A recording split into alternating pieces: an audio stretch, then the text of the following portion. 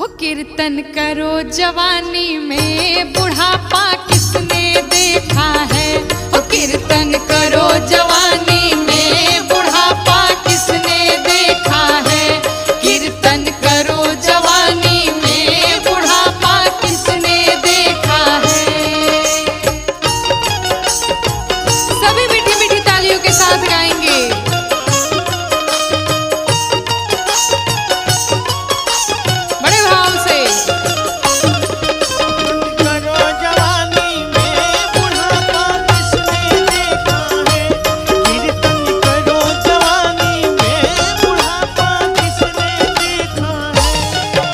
बुढ़ापे में क्या स्थिति हो जाती है।